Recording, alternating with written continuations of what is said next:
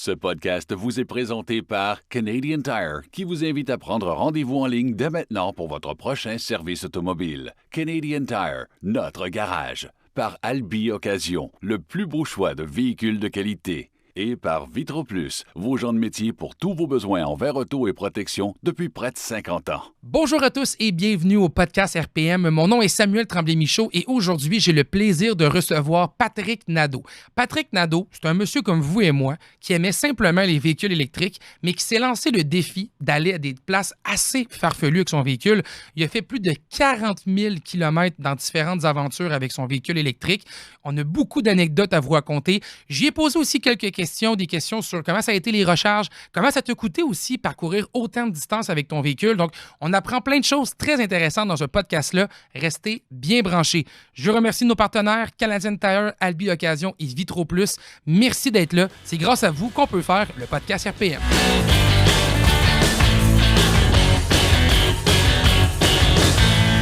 Caroline, aujourd'hui, pour Canadian Tire, on va parler de conseils intéressants pour l'entreposage de nos pneus. Ouais, parce qu'il y a des trucs, il y a des astuces, puis c'est pas tout le monde qui les connaît. Je veux tout savoir. Ouais. Oh, tu veux tout savoir? Allons-y. Justement, je suis là pour ça.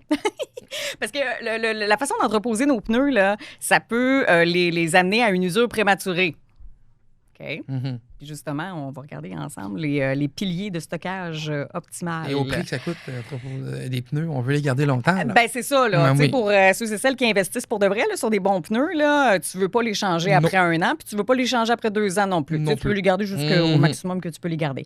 3 piliers importants du stockage des pneus. On veut envoyer ça. Oui. On envoie ça, ces pneus-là, dans un endroit qui est frais. Oui. Température recommandée. Bon, je dirais à 12 degrés. Ah, ben la crème, c'est bon. Entre 10 et 25. Ah, bon, ben, vous Oui, entre 10 et 25. Okay. On évite les variations de température qui sont extrêmes. La chaleur, ça va avoir un effet négatif sur la composition du caoutchouc, puis ça va l'amener à sécher à long terme. Puis quand ça sèche, ben, ça durcit, puis ça finit par se fissurer. Ça, on veut pas de soleil non plus. On veut pas que ça arrive. Non, ben c'est ça, sombre. On veut que ce soit sombre. Ça, c'est un autre pilier du stockage optimal, à l'abri de la lumière directe du soleil. Pourquoi? Parce qu'encore là, ça va avoir pour effet de faire vieillir de façon prématurée le caoutchouc. Puis il y a un endroit qui est sec et un endroit qui est ventilé. Parce que si vous entreposez vos pneus dans un endroit qui est humide, le risque à long terme, c'est que l'humidité pénètre, entre dans le pneu, le caoutchouc, puis ça vient abîmer la structure. Il y a de l'oxydation qui peut se faire. Puis la carcasse d'un pneu, c'est métallique. Hein? Et humidité, métal. On n'aime pas? Ben c'est ça. Hein? La rouille, c'est l'ennemi numéro 1. On veut pas que ça arrive. Les lieux, mettons, les endroits de prédilection pour entreposer ces pneus selon toi. Bah, là, donc, on va du meilleur au pire? Ben, je dirais un entrepôt, ça serait bon. Ça c'est un entrepôt de pneus, là, où est-ce qu'on a d'autres pneus que c'est ventilé et compagnie. Moi, je dirais un des pires, ça serait sous un balcon d'or, des fois. C'est pas pire, ça? Le pire, là, c'est grenier-balcon. Vraiment, là, ça, c'est l'enfer sur Terre pour tes pneus. Là. On veut pas ça. Puis le meilleur, ça va être une cave, un sous-sol qui est tempéré, un sous-sol qui est sec, là, évidemment. Là, ça, c'est 5 étoiles. Garage aussi. Ben, un garage, bon, mais c'est ça, un garage isolé, qui est isolé. Ouais, c'est ça, qui est bien aéré, qui est ventilé. C'est vraiment l'endroit là, idéal pour entreposer vos pneus. Puis, c'est important aussi la préparation avant l'entreposage. Il faut que tu les nettoies, tes pneus. Idéalement, on va éviter les nettoyeurs haute pression. Là, on va pas mettre le jet directement sur le pneu parce qu'évidemment, on peut l'abîmer. Là. On avait dit qu'à l'air, ça faisait bien. Tu sais, juste d'enlever la cochonnerie dans le centre là, de la jante. Là, tu passes une machine à air là-dedans. Ben oui, puis c'est sûr que s'il y a de la boue, là, on va venir enlever ça puis tout ça. Là, séchage complet obligatoire.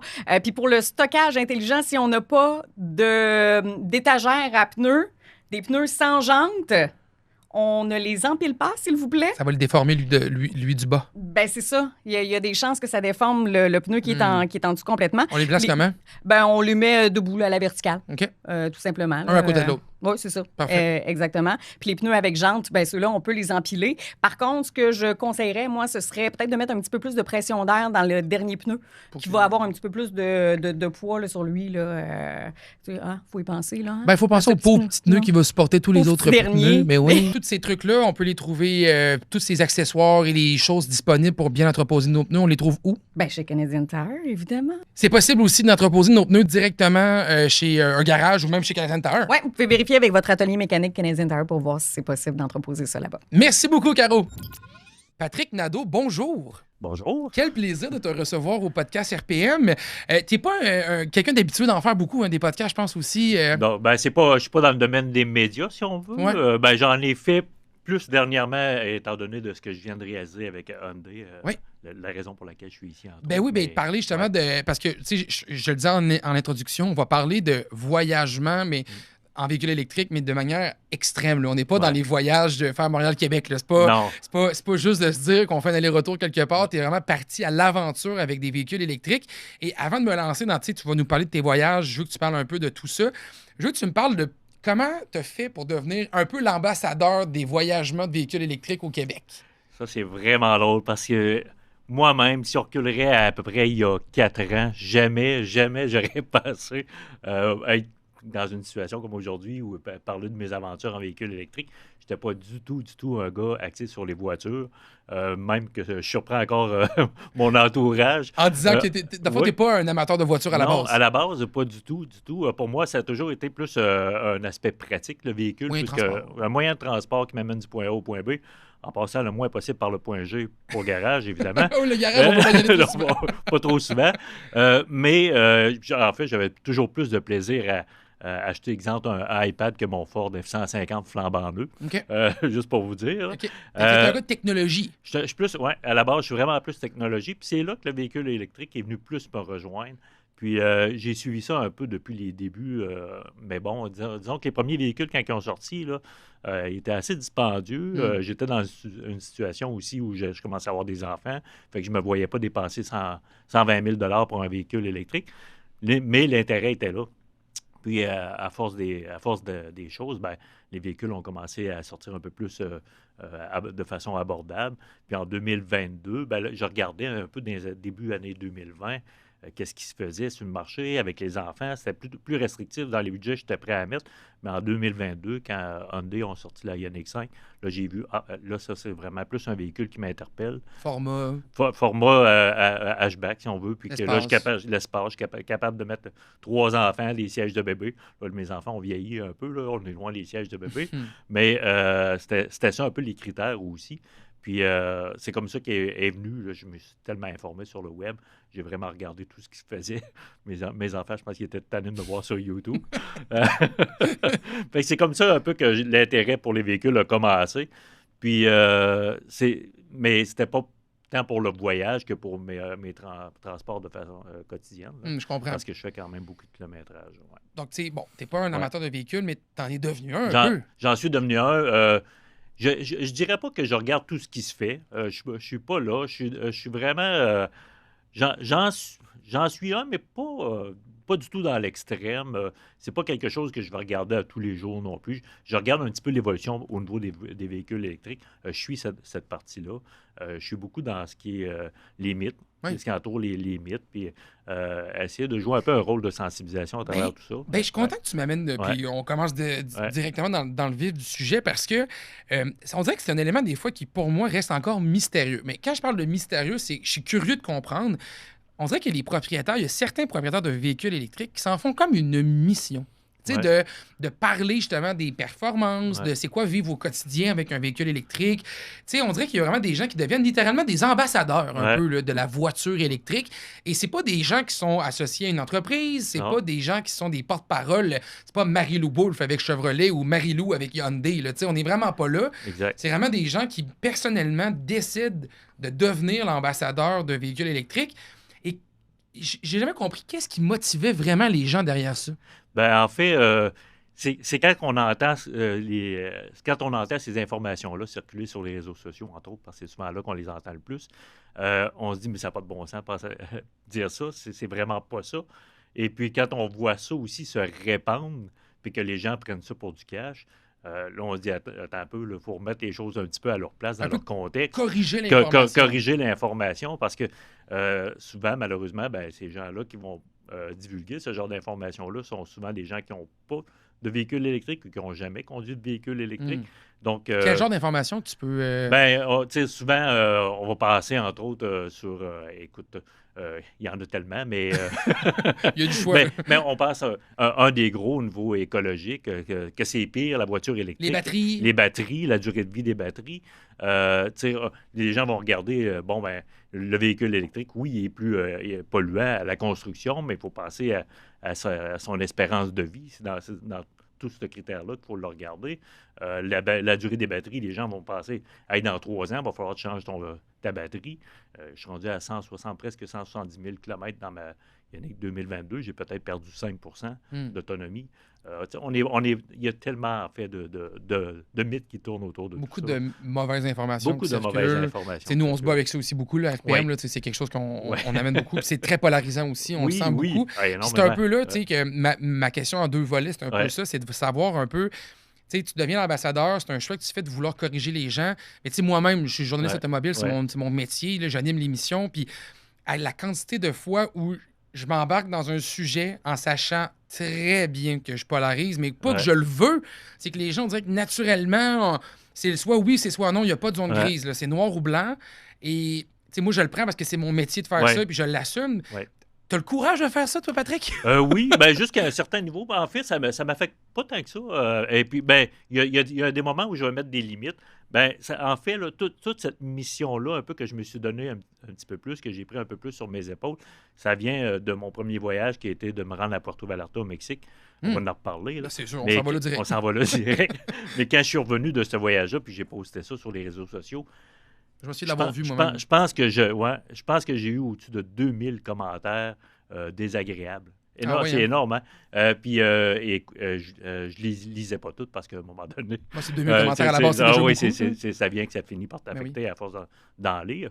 Mais tu trouves un barème, puis tu vas sur certains réseaux où tu sais que c'est plus facile à gérer. Puis il y a des batailles que tu sais que même si tu as tous les bons arguments, ça va être un peu perdu d'avance pour certaines personnes. Là. Je trouve ça très drôle, d'ailleurs, que les gens prennent le temps de t'écrire plus de 2000 commentaires très négatifs sur une aventure que tu as faite personnellement, pour toi, que tu as documenté parce que tu avais envie de le faire, mais que les gens se permettent d'avoir des opinions aussi tranchantes et même mesquines parfois. Même envers ma famille.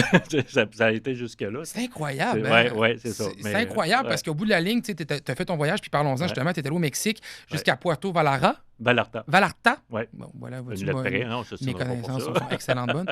Mais en voiture électrique. Et moi, au-dessus, quand j'ai vu passer tes aventures au départ, je me disais, ce que j'aime de ça, c'est que c'est pas un manufacturier automobile. Tu sais, souvent, il y a des manufacturiers qui vont faire des défis. Là, puis là, rapidement, tu vas voir un peu dans la description, le véhicule a été allégé. Ils ont mis ça, ils ont vraiment mis ça dans le plus beau des scénarios. Toi, t'es parti comme étant... Toi Monsieur, madame, tout le monde. Quelqu'un de tout à fait normal qui se dit, moi, je pense que je suis capable de me rendre, ça me tente de le faire l'aventure. Tu faisais aussi un mix pour ton travail. En même temps, là, tu filmais du contenu. Fait que, tu faisais quelque chose aussi pour une expérience immersive en image 360. Puis, tu travaillais en même temps que faire ça. Et tu t'es quand même donné cette mission-là de le documenter. Puis moi, ce que j'aimais, c'est que c'était des vraies données. Et j'ai envie qu'on parle justement de ce que tu as récolté comme information durant ce voyage-là. Une des premières questions que j'ai envie de te poser, puis probablement que les gens doivent se la poser aussi, c'est est-ce que c'était difficile de rouler en véhicule électrique jusqu'au Mexique? Tellement pas. En fait, je pense que c'est... puis on va parler aussi de mon autre voyage vers l'Arctique. Bien sûr. Ces voyages-là, en fait, sont tellement plus agréables parce que la voiture se comporte tellement bien sur des longs trajets comme ça. C'est sûr qu'il peut y avoir des défis un petit peu plus supplémentaires si on va dans l'ouest des États-Unis, dans l'Utah, en Arizona. Puis là, on recule en 2022, quand j'ai fait ce premier voyage-là à Puerto Vallarta. Il y a moins de chargeurs dans cette section-là, mais les choses se sont déjà améliorées. Puis aussi, il faut dire que le véhicule, maintenant, il est rendu adapté au chargeur Tesla, ce qui rouvre encore plus de possibilités. Ce qui n'était pas le cas en 2022. Ce qui n'était pas le cas en 2022. Puis il y avait des chargeurs Tesla pour se rendre jusqu'à Puerto Vallarta, public.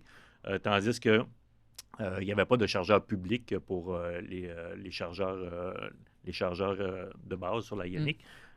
Donc, ça donnait des défis supplémentaires. Les bornes, c'est des bornes privées, dans le fond? C'était des bornes privées que j'ai trouvées dans des hôtels sur le long de la côte ouest du Mexique. Dans les hôtels, j'arrêtais là la nuit, je chargeais, puis je repartais le lendemain. De toute façon, il fallait que je m'arrête, puis on ne chauffe pas la nuit au Mexique. parce qu'il y a des risques de danger, tant au niveau des animaux que des fois au niveau sécurité. Donc, j'arrêtais, je chargeais la nuit, puis ça ne me coûtait rien à charger. Au lieu de faire un plein d'essence, ça payait mon hôtel, finalement. Puis, c'est ça. Il y avait vraiment... j'ai jamais manqué de courant. Dans toutes mes expériences, c'est déjà arrivé où j'ai passé proche. Ah oui, hein? Ouais. Dans ce voyage-là? Non, pas celui-là. Oui, une fois dans celui-là. J'ai passé proche une fois. Le stress embarque-tu? Le stress embarque, mais ça embarque, mais ça se contrôle parce qu'on est quand même capable de contrôler certains paramètres. T'enlèves la climatisation. Ouais, là, t'es rendu en mode tortue éco au maximum. Tu te mets en mode éco, c'est sûr. Mais là, ce que je vous dis là, puis je veux pas que le monde pense que c'est de même tout le long du voyage. Vraiment pas. Là, je vous parle d'un fait anecdotique. Là. Mais c'est vraiment pas la majorité du temps qu'on va vivre une situation comme ça. Là. Vraiment pas. Généralement, puis j'imagine que vu que tu as documenté vraiment beaucoup ton expérience, puis là, on parle de ton premier voyage, je le rappelle, tu es parti de Chaudière-Appalaches pour te rendre jusqu'à Puerto Vallarta. La misère avec ça, hein? Mais bref, tu t'es rendu jusqu'au Mexique. Moi, une des questions que j'ai vu passer justement la quantité de messages qu'il y avait, là, c'était des fois décourageant. Mais une des choses, les gens disaient, ça a dû te prendre vraiment beaucoup plus de temps. Ça a dû, comme, tu sais, si tu avais fait le même voyage avec un véhicule à essence, tu aurais sauvé une semaine, tu sais. Crois-tu que tu as perdu beaucoup de temps? Non, absolument pas, parce que, d'un, ce qu'il faut savoir, c'est quand on fait un road trip de même, on n'est pas dans une course. Si on est dans une course, prends l'avion. C'est là que tu vas sauver ton temps. I drink to that. On fait un road trip. Fait que l'idée de faire un road trip, c'est de s'arrêter, de visiter, puis d'en profiter. Mais quand je suis parti comme ça en 2022, j'ai d'abord été en Utah et en Arizona, où j'ai passé un mois pour filmer des expériences immersives dans les parcs nationaux comme le Grand Canyon, Zion, Arches, Bryce. Je passais une semaine à chaque endroit. Puis, et je peux faire je faisais peut-être dans les plus grosses journées, peut-être un 1100 km dans ma journée, là, ce qui est quand même beaucoup. Même en véhicule à essence, c'est des grosses journées. C'est des bonnes distances. Fait que c'était jamais un problème. Puis souvent, en fait, ce qui va donner le rythme dans ce voyage-là, c'est pas le fait de recharger, c'est plus le fait que j'ai besoin de m'arrêter. Tu sais, le véhicule a 460, 480 km, autour des 500 km d'autonomie. À un moment donné, quand ça fait 4 heures que tu es dans la voiture, tu as besoin de t'arrêter. Il faut que tu manges, il faut que tu ailles aux toilettes. Fait que tu fais juste coordonner tout ça avec tes recharges. Puis ça se faisait... un des points, selon moi, qui est névralgique, c'est la préparation. Oui. Oui, ça demande un peu de préparation, c'est sûr, surtout quand on s'en va au Mexique, là, parce que à cette période-là, en 2022, puis là, les choses ont déjà évolué depuis ce temps-là. Il y en a déjà un peu plus de bornes. Là, il faut savoir où est-ce qu'on s'en va. Fait que dans niveau préparatif, on va prendre des applications. On a déjà tous les outils. Tous les outils existent, comme des applications comme PlugShare, ABRP, A Better Route Planner. Puis maintenant, on les voit sur Google Maps. On peut voir les bornes aussi. On les voit de plus en plus. Quand on branche notre téléphone à la voiture, Android reconnaît. Moi, je fonctionne sur Android, mais je suis certain que c'est pareil avec Apple. Pour reconnaître qu'on a un véhicule électrique, puis on va voir apparaître les bornes de recharge sur l'itinéraire. Ça fonctionne très bien, d'ailleurs. Ça fonctionne très bien. Puis ils sont peut-être pas tous là, mais ils sont de plus en plus là, sur cette partie-là. Ça fait que, oui, ça prend une préparation avant de partir. Peut-être un petit peu plus qu'un véhicule à essence. Je dirais, au Québec, en fait, il n'y a rien qui me stresse au Québec. On a tellement un beau réseau. Je pense que Circuit électrique a fait un excellent travail. Ah oui, tant que ça? Oui. Versus que tout a vécu comme expérience ailleurs? Par ailleurs, c'est sûr qu'aux États-Unis, ils ont beaucoup dans les Walmart, Electrify America, ont beaucoup de bornes 350 kW. C'est très rapide. Là. Ouais. C'est pas tous les véhicules qui peuvent les prendre, toutefois. Oui, c'est ça. C'est pas tous les véhicules. Mais on devrait aller vers là. Oui, mais c'est ça. On s'en va vraiment vers là. Ça fait que les véhicules d'aujourd'hui, la plupart ont une très bonne capacité de recharge rapide. Donc, ça, ils sont plus forts là-dessus, mais le Québec a vraiment une longueur d'avance sur la disponibilité, puis la qualité, la fiabilité aussi des bornes de recharge par rapport, je dirais, même aux autres provinces. Ah oui, ça doit être un enjeu aussi. J'imagine que c'est bien beau avoir la borne, mais il faut qu'elle fonctionne. Oui, c'est ça. Il faut qu'elle fonctionne. Mais pour me rendre, ben là, je ne veux pas faire trop du coq à l'âne, mais on viendra peut-être un petit peu pour la traversée vers l'article. On va y aller. Ouais. Puis la fiabilité des bornes, as-tu vécu quelque chose, justement? De Electrify America, mais là, on recule en 2022. Les choses changent rapidement aussi. Là. Ben oui, c'est un bon point. Puis en 2022, ça arrivait de temps en temps quand même que des bornes ne fonctionnaient pas, mais il y a toujours plusieurs bornes à un même endroit. Puis si la borne ne fonctionnait pas, ben j'ai jamais eu à dire il faut que je m'en aille complètement ailleurs. Je faisais juste changer de borne quand ça arrivait. Fait que, puis là, des problèmes qu'on pouvait avoir aux États-Unis dans le temps, c'est la carte de crédit posait problème. Quand il arrivait le temps de payer avec, je ne sais pas pourquoi, après 2 recharges dans ma journée, on dirait qu'elle bloquait. Je ne sais pas si c'était un paramètre de sécurité qu'il y avait à ce moment-là, mais je prenais le téléphone, j'appelais Electrify America, puis il disait on va vous donner la recharge. Fait que moi, je sauvais. Bon, ben oui. C'est comment? Parlons de. Puis on va parler rapidement parce que mes questions, après ça, vont être assez générales sur l'expérience de faire ce genre de voyage-là en véhicule électrique. Mais parlons un peu de justement comment ça a été en termes de coûts. Tu peux me parler de chiffres? Comment ça t'a coûté faire Chaudière-Appalaches jusqu'au Mexique avec ton véhicule électrique? Faire Chaudière-Appalaches, je demeure dans un petit village appelé Disraeli, près de Platform Mines. À me rendre jusqu'à Puerto Vallarta, en passant par l'Utah, l'Arizona, et revenir, un voyage qui a pris 3 mois au total, 15 000 km, m'a coûté 647 C'est vrai? Oui. Ça t'a juste coûté ça me tend 647 pour faire tout ce périple-là. Arrête. Oui, parce qu'en fait, l'électricité, ben, il y en a, on peut l'avoir gratuitement à plusieurs endroits. Quand on prend, par exemple, un terrain de camping, ben, il y a une prise 220, on peut se brancher là-dessus. Il y a plusieurs hôtels qui offrent des bornes de recharge gratuites à leurs clients. Ça, les hôtels, j'en prenais juste principalement vraiment au Mexique, parce que de toute façon, on ne fait pas vraiment de camping au Mexique. Là. On ne plante pas tant sa tente là-bas. Puis le prix que les hôtels sont pas très dispendieux. Puis ça me permettait aussi de garder ma voiture en sécurité avec tout le matériel qui était dedans, parce que souvent, il y avait un gardien de sécurité dans la cour. Fait que cette partie-là était gratuite aussi pour la recharge. Puis quand je suis arrivé là-bas à Puerto Vallarta, j'avais loué un condo, puis je me branchais dans le 110 volts. Puis juste j'avais pas besoin de plus que ça parce que je pouvais juste zigzaguer dans la ville de Puerto Vallarta durant la semaine, puis ça suffisait amplement à charger sur du 110. Hein. Donc, ça t'a coûté 650 maintenant que j'arrondis, pour faire 15 000 km en 3 mois. Oui, tout à fait. Puis au départ, mon idée, c'est de le faire avec j'ai un camion, j'ai aussi un camion, F-150. Puis au départ, mon idée, c'est de le faire avec ce véhicule-là. Mais là, je me suis dit, je me suis mis à regarder un petit peu ça. Mais pourquoi je ne le ferais pas en véhicule électrique au lieu de le faire en camion? C'est un peu là que ça a parti. C'est un peu comme ça que ça s'est dit. Puis ça faisait juste 3 mois que j'avais eu mon véhicule électrique. Je n'avais pas d'autre expérience de voyage avec ce type de véhicule-là. Puis je me suis mis à regarder ça. Puis j'ai regardé mon itinéraire. Puis j'ai mis à creuser un petit peu. Puis je voyais qu'il y avait des bornes. Certains endroits, il y avait peut-être un 400 km, pas de bornes.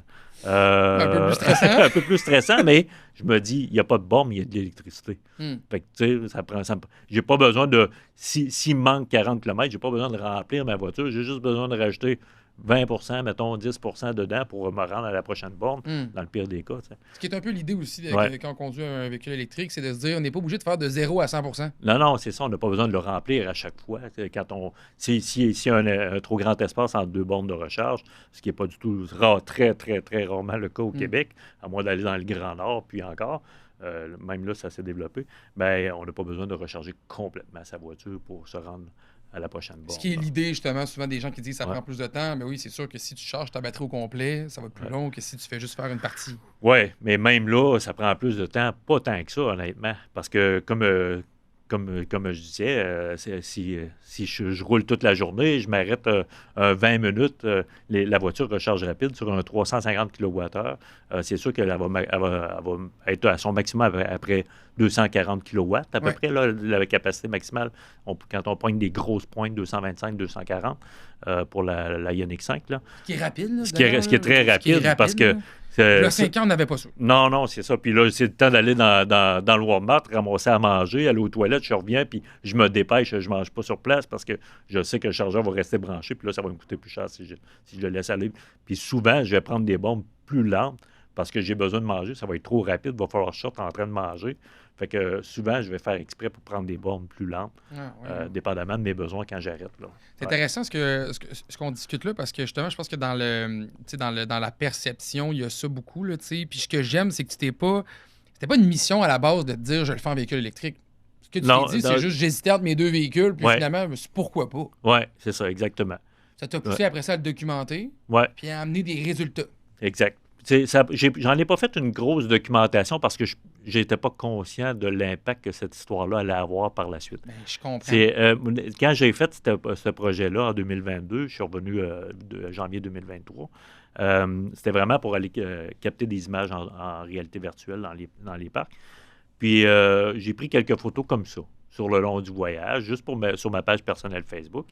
Puis quand je suis revenu, là, j'ai mis j'ai mis sur mon dash, j'ai mis les paramètres, là, combien j'ai consommé, la distance parcourue, puis une photo de moi, chez moi, arrivé à destination.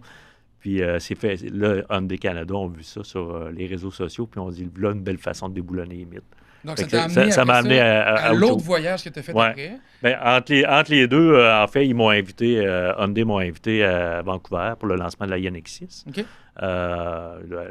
L'avion première classe, hôtel game de hockey, belle expérience. Ben oui. Mais au départ, ça n'avait pas été fait du tout pour ça. C'était pas commandité. Ça t'a juste voyage. Amené comme ce voyage-là. Et là, après ça, eux t'ont proposé de faire ton projet que tu as fait à partir de Québec à aller...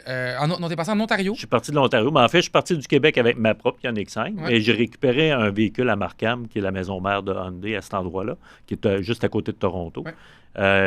J'ai récupéré un véhicule qui était une Ioniq 5 aussi, 2025, avec traction intégrale. Et puis, avec aucune modification, mis à part le lettrage autour de la voiture. Là. Il y avait lettré pour l'événement. Puis on a reçu des communiqués. Puis là, tu es parti aller dans l'Antarctique. Oui, aller en Arctique. En Arctique? Arctique, oui. Antarctique, c'est l'autre bord. Mais j'irais bien un jour, mais bon. Ben oui, mais c'est ça le prochain. C'est le prochain. Donc là, t'es parti. Là, c'est les conditions plus hivernales. Je suis parti à la fin avril, le 24 avril. Okay. Je suis parti de Markham. Puis, mais en fait, avant même de se rendre là, Hyundai m'ont contacté puis ils m'ont dit ça tenterait-tu de repartir? On aimerait ça refaire l'expérience puis continuer de déboulonner les mythes comme ça. Puis c'est sûr que j'ai dit oui pour je suis un gars d'aventure. J'aime l'aventure. Puis ça me rejoignait vraiment en plus comme projet. Est-ce que, mettons, le fait que tu aies fait un premier voyage en véhicule électrique, tu as vu l'impact que ça a eu aussi? Là, tu es devenu, parce que tu sais, au départ, je reprends l'idée que tu hésitais entre ton F-150 ou ton Ioniq 5, tu n'étais pas vraiment en mission de protéger la voiture électrique. Tu n'étais pas en guerre. C'était pas comme non. Tout était juste en mode, ça me tente de l'essayer maintenant, je me lance dans une aventure. Ouais. Là, une fois que ça c'est fait, tu es revenu du Mexique, là, Hyundai te propose ce projet-là. Est-ce que là, tu t'es dit, ben là, je continue d'abord. Là, est-ce que tu t'es senti un peu plus l'ambassadeur de la voiture électrique? Un peu par la force des choses, si on veut. Mais je pense pas porter tout ce poids-là sur mes épaules. Mais je suis pas... Mais tu fais partie de l'équation. On fait partie de l'équation, je pense. Puis il y a tellement de gens qui travaillent dans ce sens-là que je pense que je suis une pierre parmi tant d'autres. Puis c'est pas le travail d'un seul homme d'avoir cette mission-là. Mais ça t'a-tu donné envie de l'avoir plus, la mission? Oui, parce que j'y croyais aussi à la base. Pas parce qu'on me dit, hey, on va te payer pour faire ça. Parce que, honnêtement, du travail, j'en ai amplement. Je choisis mes contrats. Puis, c'est vraiment parce que ça me rejoignait énormément. Puis, sur plein d'aspects, là. Fait que, oui. Puis, je sentais que j'étais capable aussi de prendre si on veut, tout ce qui se passe sur les réseaux sociaux. Fait que ça me coule sur l'eau comme le dos d'un canard, là, un peu. Là. Bravo, c'est pas tout le monde qui est capable de faire ça. Mais moi, des fois, je prends des pauses des réseaux sociaux. Oui, mais c'est parce que je vais doser à la base. Je vais faire attention de ne pas trop m'en aller dans cette partie-là. Quand c'est trop négatif, évidemment. On se protège à quelque part. Donc là, tu pars avec une autre idée en tête aussi. Là, il y avait un peu la mission là, derrière ça. Là, tu étais un petit peu plus en termes de prouver aux gens, en général, que c'était possible de le faire. Oui, là, je savais qu'il y avait une machine un peu plus grosse derrière moi aussi pour en faire la promotion. Parce que je n'étais pas tout seul à travers cette expérience-là. Mais là, je sentais que j'avais une équipe derrière moi. Je sentais que j'avais des gens qui m'entouraient, mais j'étais quand même un peu seul sur la route. Si j'avais un problème, je fais prendre un téléphone, dire de quoi, mais c'est pas arrivé. Ça s'est tellement bien passé, ce voyage-là. Écoute, puis s'il y avait un problème, c'était pas avec la voiture, c'était plus une question de logistique.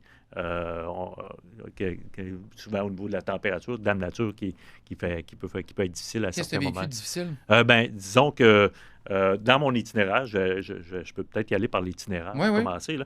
Tantôt, on parlait que je suis parti de Markham, qui est la maison mère de Hyundai, et je me suis rendu jusqu'à l'île de Vancouver. Après ça, je suis parti de l'île de Vancouver, je suis remonté à Banff, Jasper, Prince George. Je suis monté après ça à Dawson City. Et je suis déjà allé aussi. Oui. Puis j'ai fait cette route-là. Ah oui? À partir du Québec? De Vancouver, oui. C'est vraiment beau. C'est épeurant aussi, par contre. Tu n'as pas de réseau pendant longtemps. Puis je l'ai en hiver. Je l'ai fait à moins 50 dans un Honda CR-V 2001. Je pense qu'il y a un bout, je pense, à peu près 900 km où on n'a pas de réseau. Ah oui, puis il y a une pancarte.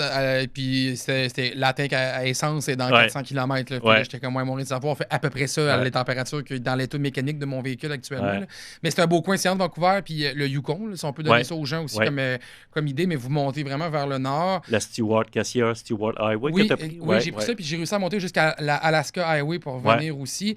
Passer par Watson Lake, tous ces endroits-là. Exact. Mais une route route sauvage. Très sauvage. On me l'avait dit avant de partir. Moi, je l'ai fait en hiver en plus. On m'avait dit, c'est un peu cowboy. Je suis comme, Auto-Canada. Non, c'est vraiment... c'est très, très, très impressionnant d'être autant dans la nature, être autant à risque des intempéries aussi.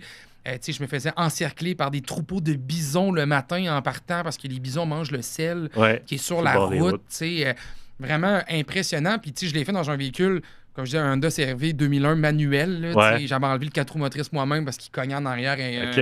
Comme d'affaires. J'avais une boîte de pizza pochette en avant du radiateur pour aider à faire chauffer le véhicule parce qu'il faisait trop froid, sinon le radiateur ne fournissait pas. Fait que ça vous donne un peu l'image de ce road trip-là. On n'était pas en Hyundai Ioniq 5, là, mais ça m'avait surtout impressionné par la difficulté, justement, de cette route-là, quand même, à quelque part. C'est beau, c'est paradisiaque, mais c'est un défi, quand même. Comment tu as vécu ça avec la voiture électrique? Honnêtement, toute cette partie-là me faisait vraiment pas peur. Parce que jusqu'à Dawson City, j'avais aucune crainte. Le réseau était là, puis même qu'il y a plusieurs bornes. C'est développé, c'est ça? Oui, ils se sont développés. Moi, je l'ai fait en 2017, puis écoute, il n'y avait quasiment pas de réservoir à essence. J'ai jamais vu de borne. J'ai vu aucune borne électrique. Probablement en 2017, je ne suis pas sûr qu'il y en avait. Non. Puis même quand moi, j'ai commencé à préparer mon voyage vers l'Arctique, puis là, on recule. Quand j'ai commencé à faire la préparation, c'était 8 mois avant. Même le réseau de véhicules électriques était commencé à développer, mais pas tant que ça. Et entre le moment où j'ai commencé la préparation et je suis parti, ils se sont rajoutés des bornes. Fait que c'est vraiment devenu beaucoup plus facile de parcourir cette route-là. Qui est magnifique, d'ailleurs. Qui est magnifique. Si vous écoutez et vous rêvez d'un road trip, là... Cette affaire, puis le plus beau bout, là j'essaie de me rappeler le nom, juste parce qu'on veut en parler. Il y a un petit bout sur la Cassiar Highway qui nous ramène vers le Pacifique. Et ça fait peut-être environ 60-65 km. J'ai oublié le nom du petit village, ça va peut-être me revenir. Mais c'est tellement beau. Il y a des ours de façon incroyable. Même, je pense que si j'avais des enfants puis que j'avais une maison là, j'aurais quasiment peur de laisser mes enfants jouer dehors. Les carcajous aussi. Oui, j'en ai vu un, en plus, un carcajou. C'est ça. Non, c'est assez gros. C'est quand même impressionnant. C'est plus petit qu'un ours, mais ça peut revirer un ours de bord. J'avais un problème avec mon pôle de batterie de 12 volts. La vis était trop corrodée. Fait que mon pôle tenait plus. Puis là, quand fois, je prenais une bosse, je perdais le courant dans mon véhicule. Fait que je t'arrêtais sur le bord du chemin, puis là, je mets ma lampe frontale, puis je me ramasse une pince grippe, puis là, je fais une patentage. Là, il fait moins 50, j'ai pas d'outils avec moi, à part mon coffre que j'avais, tu sais. Puis là, je me revire, puis je vois juste une pancarte « Attention, carcajou, stay in your car ». Puis là, moi, je suis dehors, il est nuit, il est comme 9 heures, j'ai une pince grippe, puis là, j'essaie de réparer mon Honda CR-V. Mais non, c'était impressionnant. Puis quand je suis allé lire sur les carcajous après ça, j'ai fait crème, c'est pas fin, cette affaire-là. C'est pas fin, ça peut être très, très malin. Heureusement, j'étais heureux de le voir quand je l'ai vu. Là, j'étais impressionné. Puis il y a même un moment donné sur cette route-là, j'étais sorti pour prendre des images par drone. Puis en prenant mes images par drone, je me revire, puis je vois un ours, peut-être environ, j'ai envie de dire, 80 mètres. Il est pas loin, hein? Il est pas loin, mais tu sais, j'étais à côté de ma voiture, je me dis, s'il y a de quoi, j'ai vraiment le temps de rentrer. Et puis, entre le moment où je m'apprêtais à faire mes prises de vue, il arrive un garde de parc derrière moi en véhicule. Il était stationné un petit peu plus loin, je ne l'avais pas vu. Il dit, il me demande à quelle vitesse tu cours. J'ai dit, écoute, il était quand même à une certaine distance, ça ne m'inquiète pas tant. Il dit, non, pas lui, parce qu'il y en a un dans le fossé, l'autre bord de ton char. Lui, je ne l'avais pas vu. Là, on parle de grizzly, c'était pas des ours noirs, c'est des grizzlies. Puis je l'avais pas vu, c'était la mère qui était là, puis le plus loin, c'était le petit. Fait que moi, je me trouvais entre les deux, puis la mère était dans le fossé, l'autre bord, puis cela me surpris un peu plus. Fait que j'ai dit, c'est correct, je vous fais confiance, je rentre dans mon véhicule. Puis... merci beaucoup, ouais. Je m'en vais. Je m'en vais. Puis tu sais, c'est arrivé même à un autre moment donné, où vraiment, j'ai mis les freins à la dernière minute, puis il y avait encore une mère grisée avec ses deux petits en plein milieu de la rue. Puis je les ai vus à la dernière minute. Puis j'étais encore sur une de ces routes-là où il y a presque il y a rien. Là. Pas de réseau. Il n'y a pas de réseau, il n'y a rien. Fait que, mais ça ajoute, c'est quand même... J'ai pas peur. C'est juste... c'est wow. T'sais, les choses pourraient virer, mais c'est assez rare quand même là, que des graves incidents comme ça vont se produire. Tu n'as pas eu de misère à travers tout ça non plus dans cette aventure-là. Moi, ce que j'aime de Cordo, c'est qu'on parle d'une aventure, mais on ne revient pas sur le fait que tu avais juste une voiture électrique. Ça n'a pas été un défi. Non, puis c'était ça un peu l'idée. Ça a été un défi. Là, on est arrêté à Dawson City, mais on monte encore plus loin quand on va à l'océan Arctique. Le pire... Le bout le plus challenging, qui a le plus de défis, si on veut, c'est vraiment entre Dawson City et la ville, j'appelle ça une ville, c'est pas une ville, là, c'est un village, c'est Tuktoyaktuk. Ça m'a pris beaucoup de temps avant d'apprendre le nom. Écoute, tu l'as réussi de manière exemplaire, Patrick, c'est parfait. Oui, c'est ça. C'est là, on est dans les territoires du Nord-Ouest. Tu dis mieux Puerto Vallarta. La vie est bonne. Ça va te prendre un voyage. C'est quand même une destination connue pour les hôtels tout inclus et tout. Là. Il va falloir que je me décolle quelque chose.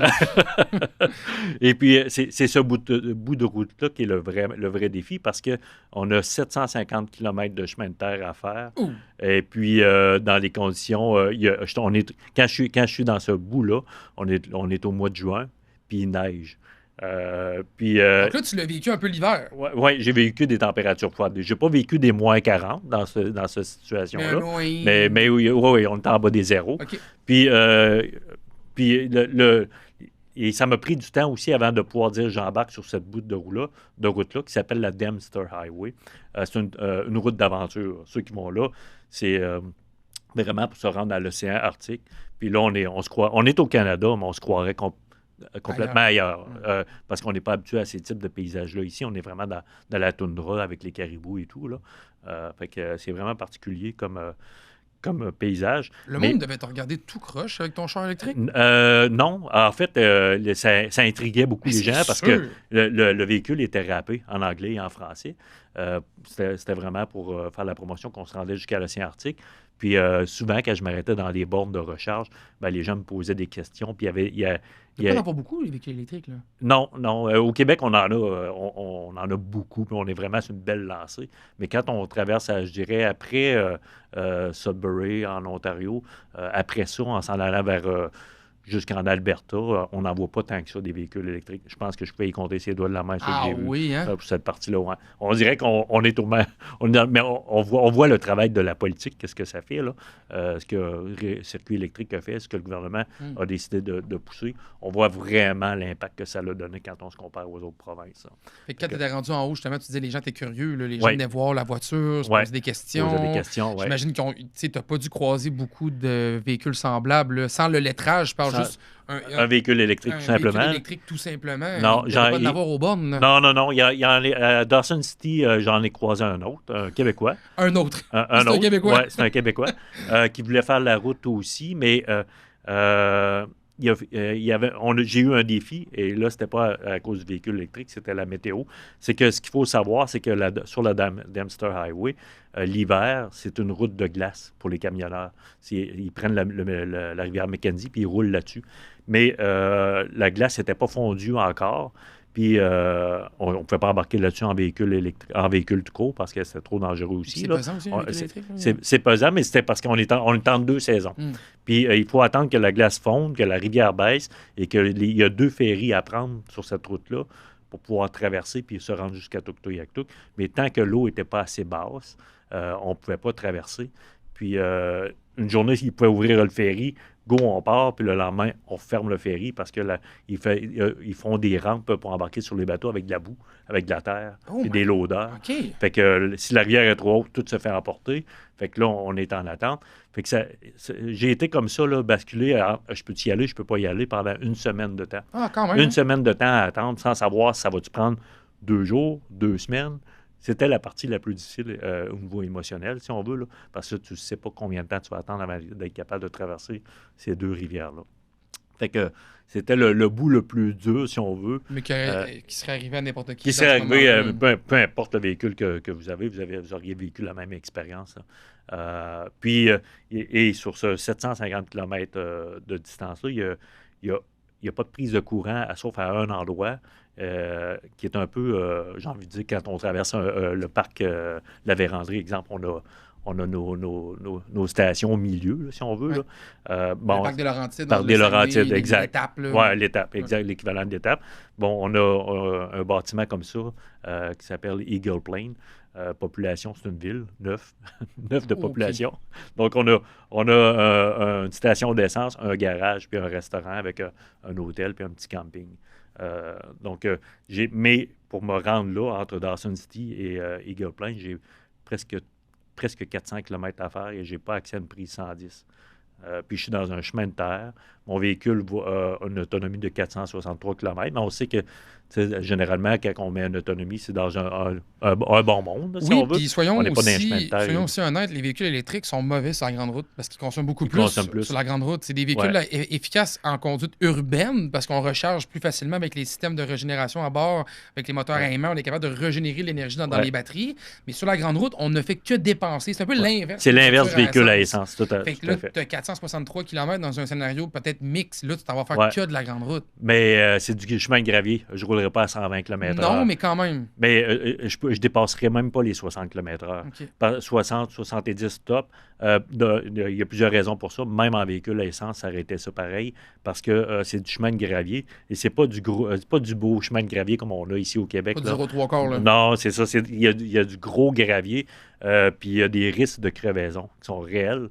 Puis l'OCA, il n'ira pas vous chercher là-bas. Là. Fait qu'on n'embarque pas sur une route comme ça sans avoir un pneu de secours minimum. Puis même souvent, il nous conseillait 2 pneus de secours. Mais bon, là, disons que j'ai une Ioniq 5, plein de stock. Je n'ai pas le luxe d'amener 2 pneus de secours. J'ai amené des plugs, là, des sus, comme on... puis j'en ai amené un pneu de secours. D'ailleurs, ça a été quelque chose parce que je suis parti sans le pneu de secours, sachant que j'allais m'en griller d'un plus vers la fin du voyage pour ne pas le trimballer tout le long. Puis, diminuer le poids un peu, j'imagine. Oui, le poids, mais surtout l'espace. Plus l'espace que le poids. Puis, quand j'ai voulu avoir mon pneu de secours, j'étais à Vancouver. J'appelle dans le coin de Whitehorse, qui est un petit peu avant Dawson City, pour dire bon, j'ai besoin d'un pneu. Est-ce que vous avez ça, telle grandeur? Je nomme la grandeur. Oui, on a ça, il n'y a pas de problème. On te met ça de côté. Quand tu passeras, tu l'auras. Mais là, j'avance sur le trajet. Je tombe sur la Cassiar Highway, où il n'y a pas grand-chose. Finalement, je me ramasse dans un petit village. Puis là, je prends quelques images dans ce village-là. Puis je réalise, ils ont le pneu. Mais est-ce qu'ils ont le rim aussi? Fait que là, fait que je rappelle là-bas, est-ce que vous avez le rim qui va avec le pneu? Ah non, ça, on ne l'a pas, par exemple. Mais on a le pneu! Mais on a le pneu! Ce qui fait que j'ai fait des appels partout à Whitehorse, à Dawson City. Je n'ai pas trouvé le rim. Il a fallu que je fasse un détour d'environ 700 km pour aller chercher le rim, plus vers l'est, et revenir, puis remonter. Ça ajoute du temps de plus. Ça a ajouté du temps, mais je l'avais pareil parce que j'étais obligé d'attendre après le ferry. Mais ça a ajouté du kilométrage, disons. Clairement. Ouais, parce que en tout et partout, ce voyage-là vers l'Arctique a été de 19 947 km, autour de près de 20 000 km. Disons 20 000 km. Là. Oui, moi, j'avais fait ça. De Québec, les retours, Yukon, Dawson City. Moi, c'est là que je me suis rendu au maximum. Après ça, je suis revenu. J'ai fait 20 000 km à peu près dans mon trajet. Là, tu me comptais, puis je t'ai vraiment dans ton histoire. Là, tu es parti de Dawson pour aller chercher le ferry. Là, tu as ta route. Il faut que tu coupes en deux 400 km. T'as-tu réussi à te rendre ou tu as eu peur un peu? Pour me rendre, je suis arrivé là-bas, j'avais, je pense, 4 %. Il me restait un 4 %. Avoue que tu as eu un peu peur. Oui, c'était la partie qui m'inquiétait un peu le plus. C'est normal. Mais je savais, en m'en allant, j'avais assez bien étudié mon affaire que je savais qu'est-ce qu'il ne fallait pas que je dépasse en termes de kilowatts pour 100 Donc, là, km. est-ce que tu avais la climatisation? Ben non, j'en avais pas besoin. Quand j'ai fait ce bout-là, cette partie-là, il neigeait pas. Fait que j'avais pas besoin. J'étais bien, j'étais habillé. J'ai gardé le chauffage normal. Bon, J'ai pas rien touché là-dessus. Est-ce que ça, là-dessus, tu vas d'accord avec moi pour dire que c'est là, des fois, qu'il faut qu'on fasse certains compromis pour faire ce genre d'aventure-là avec un véhicule électrique? Tu sais, là, mettons, j'entends les gens commenter, puis je les entends, là. Tu sais, ben oui, mais là, il est arrivé à 4%, il a pas mis de climatisation, t'as eu tout le stress derrière tout ça. Moi, pour vrai, Patrick, je te dis, j'aurais eu peur, là. J'aurais stressé, là. Je me serais dit, je me rendrais pas. Non, ben écoute, il y a juste la première partie où ça monte, puis là, ben, ça consomme plus comme un véhicule à essence. On passait, je pense, si je me trompe pas, je vais pas dire n'importe quoi, mais autour de 800 mètres, 600 mètres d'altitude à 1400 mètres d'altitude. Ça monte quand même. On monte des montagnes. Puis je savais, j'avais tout calculé, je savais qu'en haut, il fallait que je sois à tant de kilowatts, puis quand je redescendais, j'allais récupérer. Fait que je savais où je m'en allais. Tu avais quand même une préparation. Pour la Dempster Highway. Tu n'avais pas le choix. J'avais pas le choix. Pour la Dempster Highway, il fallait que je cherche où je m'enlignais parce que 400 km sans une prise de courant, c'est quand même beaucoup. Mais pour le reste, honnêtement, j'avais zéro stress. Il n'y avait que cette partie-là. Puis c'est ça qu'on voulait aussi. On voulait du défi dans un voyage comme ça. Non, mais c'était un vrai défi. Là, tu t'es chargé, j'imagine, tu n'avais pas une borne de 350 kW disponible? Non, mais j'avais apporté une borne de recharge level 2, comme celle qu'on branche sur du 220, pas du 110, mais du 220, une borne de destination, l'équivalent. J'avais apporté ça avec moi, me disant que si jamais il y a un problème à quelque part, je savais, eux avaient installé à Eagle Plain, après ces 400 km-là, eux avaient installé un chargeur Tesla. Fait que, il y a des gens qui se sont rendus là avec des pick-up Tesla, puis qui ont laissé des chargeurs sur leur chemin. Fait qu'ils ont ouvert un peu la route aussi. Puis, quand je suis arrivé là-bas, par contre, le chargeur ne fonctionnait pas. Parce qu'il l'avait installé, il l'avait collé sur un mur de garage à l'extérieur. Le chargeur avait besoin d'un update, d'un firmware, mais placé où il n'était pas capable de prendre la connexion Internet par satellite du bâtiment. Fait qu'il n'était pas capable de faire la mise à jour. Il aurait fallu tout qu'il démanche ce chargeur-là du mur pour faire la mise à jour. Puis là, c'était compliqué. Mais moi, je vais demander à Hyundai, je veux avoir un chargeur level 2 portable. Si j'avais besoin d'un camping, peu importe, ça peut me sauver. Et c'est tellement une bonne décision parce que quand je suis arrivé là-bas, eux ont un garage, ils font de la soudure. Et puis, je pouvais me brancher sur du 220. Le seul problème que j'ai eu, c'est que quand je suis arrivé pour brancher, j'avais pas la même prise. Ça n'était pas compatible. Donc, là, je me suis dit, non, mais s'il faut que je me branche sur du 110, ça va me prendre 3 jours chargé. Et puis, il va falloir que je revienne par le même chemin. Ça va me reprendre un autre 3 jours. J'ai presque de perdre une semaine. Ben oui, puis là, tantôt, tu me disais, les recharges, des fois, j'avais pas le temps, il fallait que je mange, blablabla. Là, j'en aurais eu un peu trop de temps. Mais le propriétaire du garage, j'ai ça, ça fait longtemps, je m'en ai pas servi, mais j'en ai un adapteur. La pression a tombé à ce moment-là. Merci, monsieur du garage. Mais ce que je vous dis là, c'est vraiment anecdotique parce que j'ai quand même fait beaucoup de recharges tout le long de ce voyage-là. Oui, mais, et là, on parle d'un moment particulier. C'est important quand même c'est important d'en parler quand même de ça parce qu'il faut être honnête aussi. On parle souvent, tu me disais toi-même, tu as aimé ça, la voiture se conduit bien. C'est vrai que ça va bien, comme véhicule, un Ioniq 5.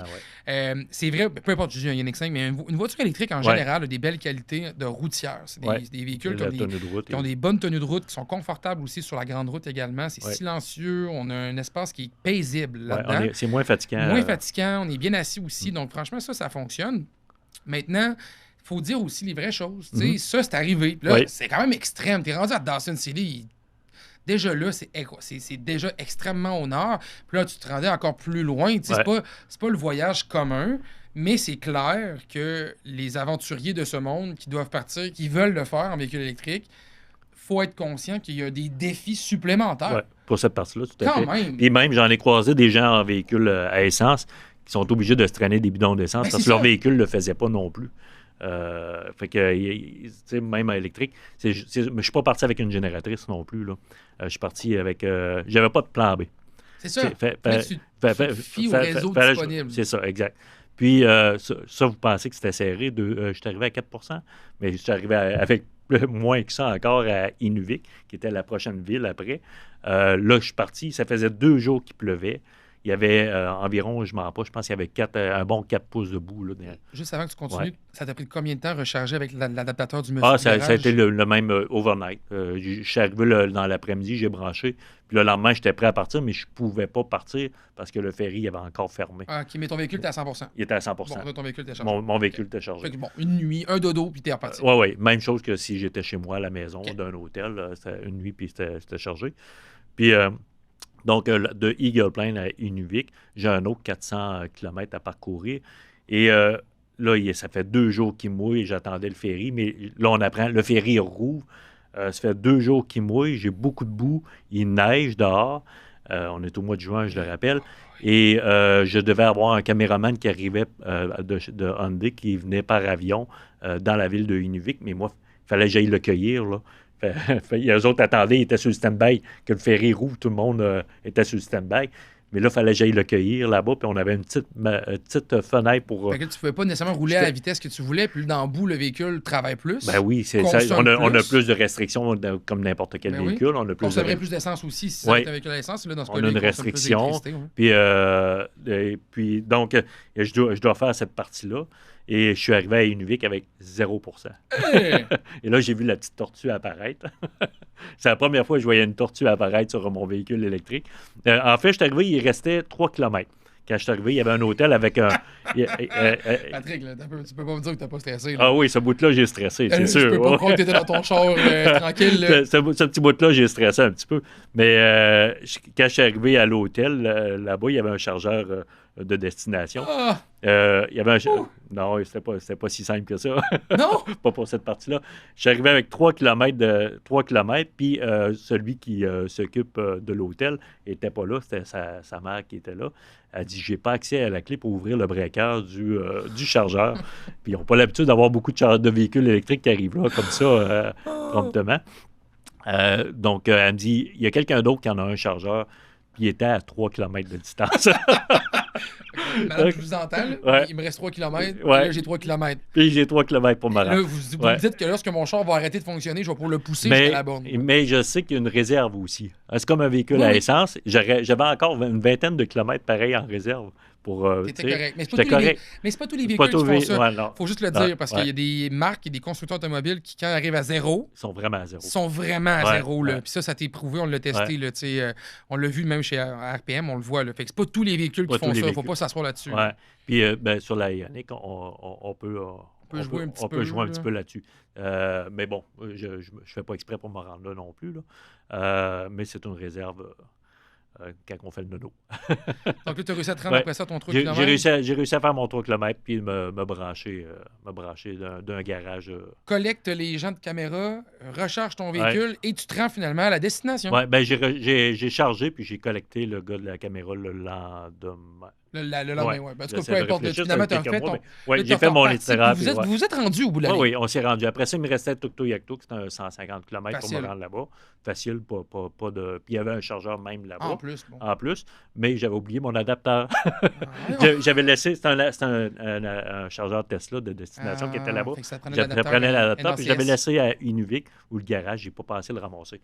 Mais 150 km, aller-retour, 300 km, j'étais correct. Donc, tu n'as pas chargé. J'ai chargé, j'ai chargé parce que quand je suis arrivé là-bas, je voulais passer la nuit là-bas.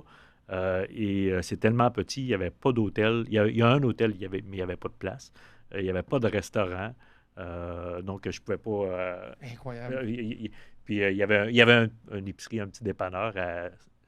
Et attachez-vous bien, une bouteille d'eau, c'était 12 $. Ouf! La bouteille d'eau dans un dépanneur, pas un restaurant. Ah, Petite bouteille d'eau normale, oui. 12 $. Donc là, c'est. Ben, j'amène toujours de la nourriture avec moi. Puis, j'ai un adapteur véhicule tout load que je peux brancher. J'ai mon petit poêle, une plaque à induction. Fait que tu t'es- Je me suis fait donc, t'as dormir, pris à manger. l'énergie du véhicule, Du véhicule pour me faire à fonctionner. manger. Ce qui est un avantage aussi qu'on n'a Oui. pas parlé, qu'on Oui. aurait pu discuter, mais c'est vrai qu'il y a ça aussi, tu peux t'alimenter quand même un peu en énergie grâce Oui. au véhicule. Oui. C'est pas tous les véhicules électriques qui le font, mais il y en a Ouais. certains qui le font, puis ça, c'est agréable quand même que pour l'aventure. Oui. Puis finalement, ben, vous avez réussi à vous rendre, aller-retour. Fait que Oui. t'es revenu aussi après ça en Ontario. Oui. T'es reparti de Tuktoyaktuk. Tuk-tuk, Et- jusqu'à revenir. T'es revenu, donc aller-retour, autre expérience. On arrive déjà vers la fin du podcast, mais moi, ce que je veux savoir surtout, c'est quoi tes plus grandes frustrations que tu as vécues avec un véhicule électrique dans une aventure comme ça? Eh, Tu Tu sais, quelque chose impossible, Patrick. Il n'y a rien qui t'a pas Non, irrité. Là. écoute, c'est peut-être, disons, un chargeur qui ne fonctionne pas.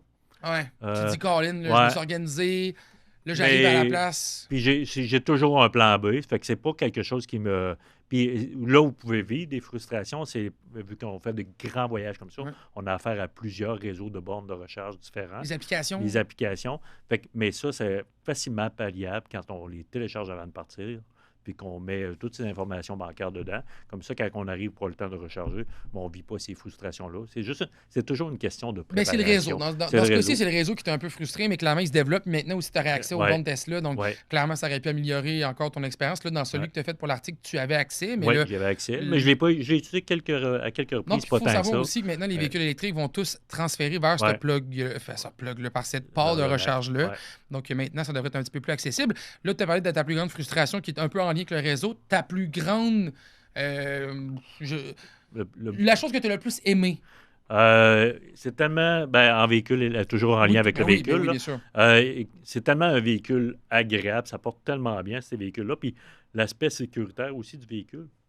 On dirait que c'est pas le genre de choses que je tenais tant à compte, mais quand tu as 3 enfants, que tu pars pour des longs voyages, les risques d'accident sont quand même là.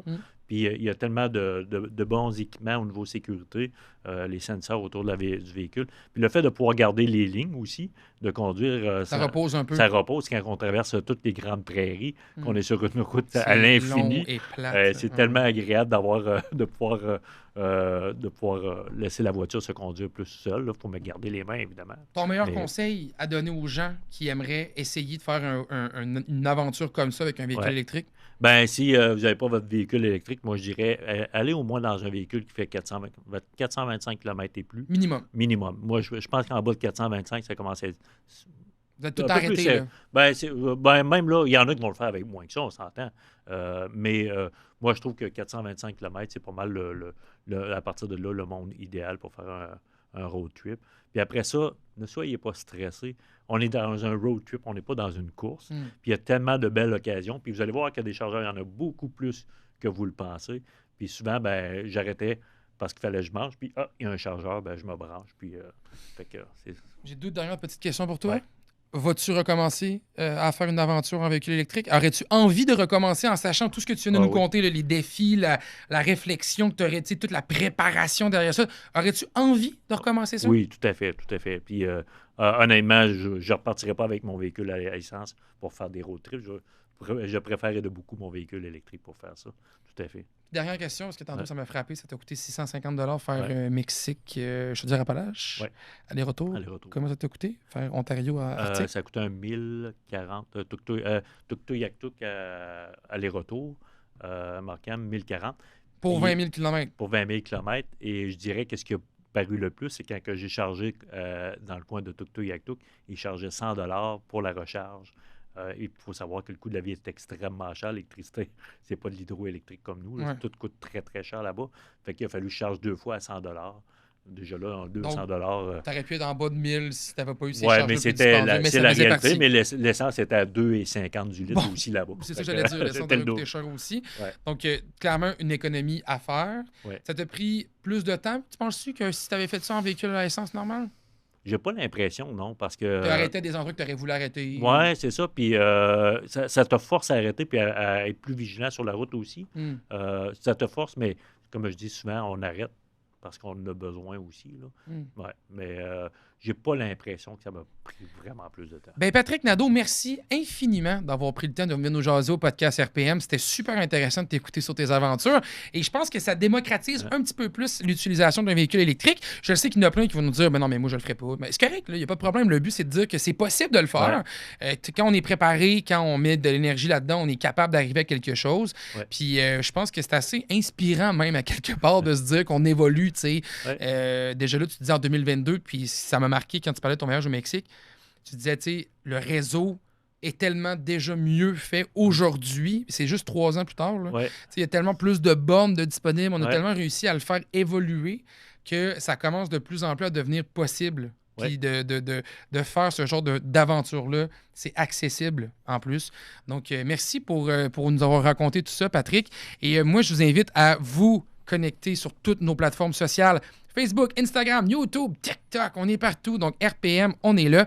Bien sûr, surveillez RPM et RPM+, sur les ondes de nouveau. On est sur Crave aussi, pour ceux qui aimeraient écouter l'émission. Et même que l'épisode de RPM de la semaine est disponible sur YouTube. Donc, si vous voulez voir ce que Samuel Lessard et moi-même, on vous a concocté comme nouvelle saison, rendez-vous sur YouTube. Je prends quelques secondes aussi pour remercier mes amis de Canadian Tire, Albi Occasion et Vitro Plus de nous permettre de faire ce podcast-là. C'est grâce à vous qu'on est là, donc merci infiniment. Et moi, je vous souhaite à tous une magnifique journée. On se voit bientôt pour un autre podcast dans le podcast RPM. Bye bye!